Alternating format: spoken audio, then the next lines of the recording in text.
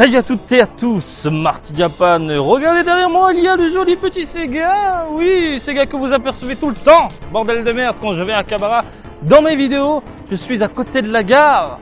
Et à chaque fois, en sortant de la gare, vous le voyez, ce Sega dans le coin. Vous le voyez également dans mes petits reportages Ichiban Kuji. Et vous avez été un certain nombre à me dire, mais Marty, tu peux nous faire une petite vidéo à l'intérieur, voir ce qu'il y a de beau? Bah, je pensais que je l'avais déjà fait, mais apparemment non. Du moins que j'ai pas trouvé la vidéo.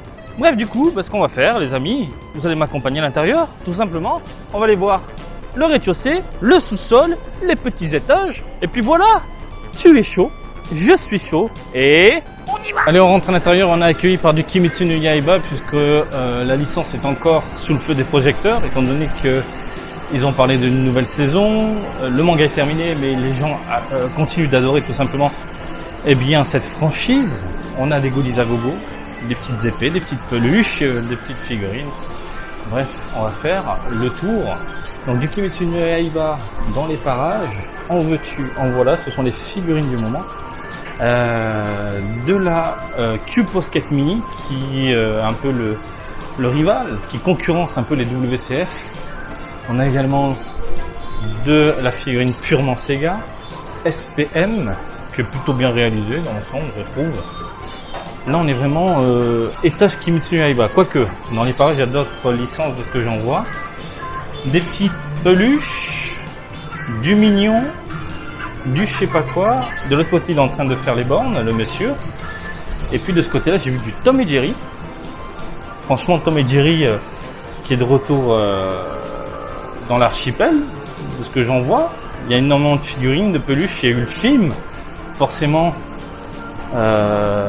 Bandai, Sega et d'autres constructeurs, du coup distributeurs également, se placent pour vendre des goodies à mort et attirer les consommateurs dans les UFO Catchers. Ensuite, vous avez des mini UFO Catchers. C'est vraiment sympathique, plutôt facile à choper généralement ce genre de merde. Après, vous avez des petites techniques à la con pour essayer de choper des figurines facilement, genre défoncer le truc à l'arrière. Bref, on va aller directement au concret. Qu'est-ce qu'on fait? L'étage ou le sous-sol? On va commencer par l'étage. Allez, pas de coupure, vous allez kiffer avec moi, comme si on était ensemble, tout simplement ma gueule, et qu'on traînait les pieds dans les allées de Sega. Alors, des peluches, des goodies, de la merde, en veux-tu, en voilà.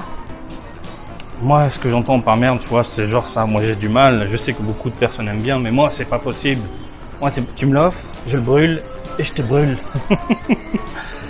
Limite, offre-moi de la figurine gnangnan, c'est peut-être un peu plus cool.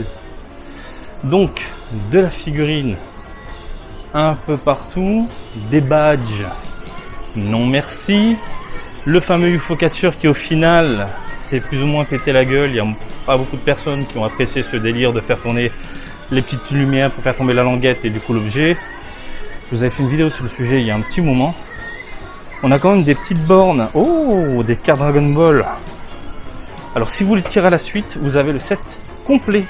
Voilà, c'est toujours bon à savoir, c'est pas du hasard en fait, ce genre de petite astuce. Donc voilà, petit set complet si vous voulez tirer je crois que c'est 7 paquets à la suite. De la figurine. De la figurine. Je pense qu'à l'étage supérieur, il y a d'autres pincettes. Jujutsu Kaisen. Dans les parages. Oh là, dégueulasse la figurine. Elle est dégueulasse la figurine. Au secours. Au secours. Oh, c'est pas beau. Oh, c'est pas beau. J'ai l'impression que pour le moment, les figurines Jujutsu Kaisen, c'est pas trop ça en termes de rendu. C'est assez catastrophique. Du moins, ce que je viens de voir là, c'est au secours. Encore des mini-bornes plutôt marrantes. Mignonnes. Les petits chats d'amour. Encore des badges un peu gnangnan. Et puis écoutez les amis, on va aller directement hop là à l'étage supérieur. Je sais pas ce qu'il y a de... Ah, il y a encore des bornes. Des bornes, enfin des... Ouais, on appelle ça des bornes aussi, des bornes, des petits UFO Catchers, machine à pince. Allez, sans moi de la grosse licence là. Bordel de merde. Et moi ce que j'appelle grosse licence, voilà, de mammouth. Ça pour moi c'est pas du mammouth, ça, Twisted de Wonderland. Au secours! Au secours! Ça sent bon. Putain, ça sent la fraise. C'est parfumé. Une petite odeur dans les environs, super agréable. Franchement, ça me donne envie de me poser et de manger des fraises. Ça a une petite odeur de sex shop aussi. Qu'est-ce que tu dis, Marty? Parce que dans les sex shops au Japon, si un jour vous venez et que vous faites un délire sex shop, il y a toujours une odeur un peu de fraise, de cassis, de machin, voilà. Pourquoi? J'en sais rien. Bref, depuis tout à l'heure, vous l'avez vu, hein, il y a de la figurine, il y a pas mal de goodies gnangnan. Lui, il s'est régalé avec une petite peluche. Bravo, monsieur. Des mini-peluches, des mini-peluches, des mini-peluches, des mini-figurines. On va aller voir de l'autre côté ce qu'on a de beau. Hop là. Ouais, c'est du Gnangnan Land. En veux-tu, en voilà. Ah, du Conan, tiens. Très sympa la figurine. Putain, diorama avec la petite chaise et tout. Ah, cool. Cool. Encore des petites peluches. Bon, bah aller en haut, mon ami. Allons-y. Allons voir ce qu'il y a de beau là-haut.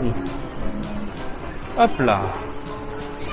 Donc ce Sega fait les Ichiban Kuji Dragon Ball, One Piece et d'autres. Ils sont pas bloqués Sega, ça c'est plutôt cool. Et là on arrive vraiment dans l'univers des jeux de rythme. Et c'est complètement taré. Donc les gens ils viennent ici, ils se détendent. Voilà. Là on est dans du tactique, jeu de réflexion. Là on est dans du Fate. Il n'y a plus personne qui joue. Là du tactique avec des cartes. Plutôt cool. Oh, je connais pas ça. Pokémon avec des jeux de numéros, machin, etc. Je connais pas ça. Encore des jeux de rythme. Toujours avec le gant qui glisse pour éviter de se défoncer la main. Pareil, ce jeu de rythme, je ne le connais pas. Moi, je suis plutôt, Taiko no Tatsujin. Avec du monde aujourd'hui. Oh, on est arrivé déjà tout en haut. Ok. On va faire un petit tour quand même. Encore des jeux de rythme où il faut taper au bon endroit tout en glissant sur l'écran. Un grand classique celui-là. Et j'ai l'impression que de l'autre côté, on est dans du over plus mammouth divin. Hop là. Ouais. Attendez, je refais un tour. Ouais, le gars là-bas qui se déchaîne. Incroyable. Je connais pas du tout ce truc. C'est fou. C'est complètement fou. Et j'adore. Hein. J'adore le délire. Et puis c'est très coloré. Hein. Le design de la borne, elle est géniale. Hein. Ça me donne envie d'essayer un de ces quatre. Je m'y pencherai parce que moi, les jeux de rythme, je suis plutôt fan. Donc il n'y a pas d'étage supérieur. On a déjà fait le tour, c'est dingue. Je le voyais plus grand ce Game Center. On va aller au sous-sol et à une époque, il y avait la fameuse borne Dragon Ball Z, le jeu d'arcade qui défonçait tout, que je vous ai montré lors d'un live. Là, on va voir si elle est toujours là, mais je crois pas. Allez, on va parier sur Gundam. Allez, je parie sur du Gundam. Hop là, on descend, on est accueilli par une jolie soubrette. Maydreaming. Oh là là. Je peux pas ce genre de truc. Alors, allons au sous-sol. T'as l'impression que c'est l'antre de l'enfer. J'ai peur, maman. Allez, on y va. Du Gundam, tiens. T'avais raison. Du Gundam. Du Gundam. Putain, c'est la même borne partout. C'est dingue. C'est dingue. Merde. Ah ouais. Oh, c'est fou. Putain. Oh, c'est taré. Encore du Gundam partout. C'est fou. Extreme 2 X Boost. Eh ben, je savais pas que le jeu était aussi populaire. Voilà à quoi ça ressemble. Un peu de gameplay. C'est du multi, c'est du défonçage. Ah putain de merde. Donc c'est impressionnant. Je m'attendais pas à voir autant de bornes Gundam dans les parages. Et puis voilà, on a fait le tour. Donc j'imagine que les bornes sont connectées, ce qui est logique, mais connectées aussi au réseau. Comme Dragon Ball et bien d'autres licences, les bornes sont connectées à Internet pour que tu puisses jouer avec un mec à Osaka, etc. etc. Ça, c'est plutôt cool.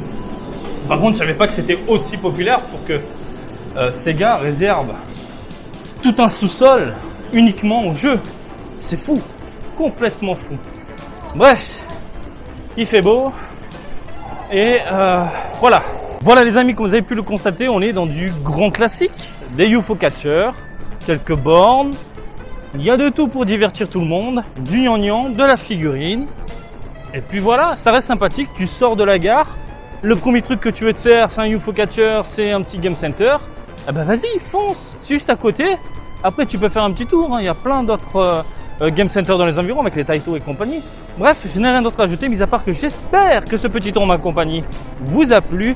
Comme d'habitude, je vous invite à me suivre sur Twitter, Facebook et Twitch, Marty Japan. Et je vous dis à très bientôt. Allez, salut, bisous, ciao ciao!